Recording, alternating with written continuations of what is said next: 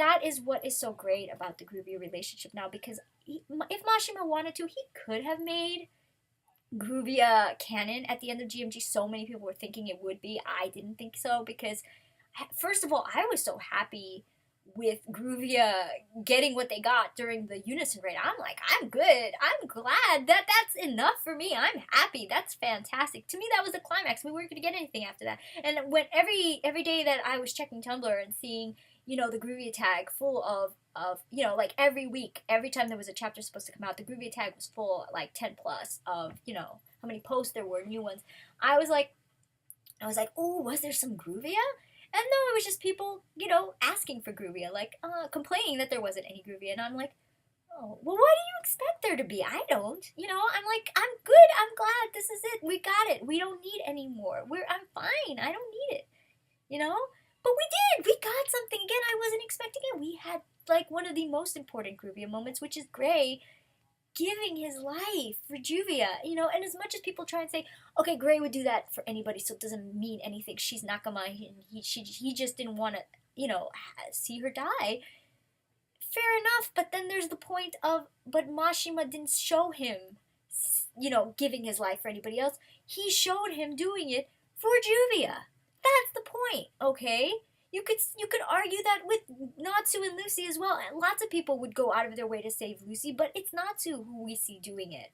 And that there's an underlying romantic aspect to it. And Gray, and the other point to this, why it's so important, is because we're constantly told in this series, do not kill yourself, okay? Do not give up your life for any reason.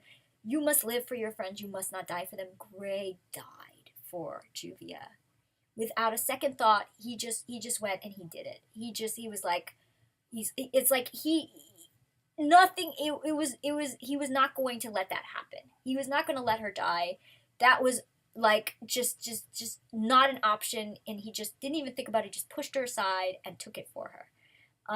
And he was surprised, and I feel like it scared him. He didn't realize, like, how important she had become, and to what extent, and because of that, I think that was part of him trying to push her away. That was what the rejection was about. That he was a very hollow rejection. There wasn't anything, like, if he was being serious about it, I think that he would have been kinder. Instead, he was very, very cruel, very cold, very direct. I mean, I could argue why that would be also because Juvia, she tends to misinterpret a lot of things. So if he's not blunt, she would take it in another way. She might even think he's proposing to her, for all I know, because that's just how she is. So I could argue that case. Like, I don't like when people sit around giving Gray grief over the fact that he dared reject her. He can reject her if he doesn't like her. That's, just because she likes him, he doesn't have to like her back. So I'm not down with that. I'm not okay when I see people trashing Gray.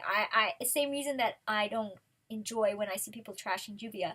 Gray's my second favorite character, and I actually relate a lot more to Gray than I do to Juvia. In ways, actually, I'm kind of like both of them, but in bad ways. Like, I have the worst characteristics of both of them. Like, I tend to get really obsessive, and hello plushies. So, I have some Grace Sama plushie myself. So I tend to get obsessive, and also that she's kind of fangirly, very fangirly. I'm very fangirly. I don't think that's a bad thing, though. But with Gray, he's very keeps everything inside. He doesn't share his feelings a lot. Not that I don't share my feelings, if something really bothers me, I'm probably not going to talk about it.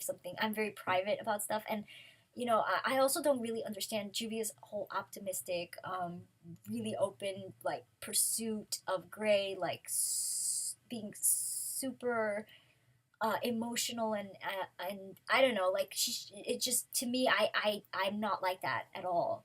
Like, I would never pursue someone the way she does, and I admire her for it because she's really brave. I couldn't do it. And the thing is, what really stands out to me about, but actually, when I write fan fiction, that's why I tend to write from Gray's perspective, because I understand that more.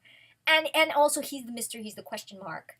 So it's more interesting. You know what's going on in Juvia's head because she always tells you what's going on in her head. She's always open. She's, very positive, very honest, and she wears her heart on her sleeve. While Gray is somebody who lives in his head, basically. So that's why it's and he's the one who needs the most development as far as the relationship goes. So that is why it's easier to write from his point of view and more interesting.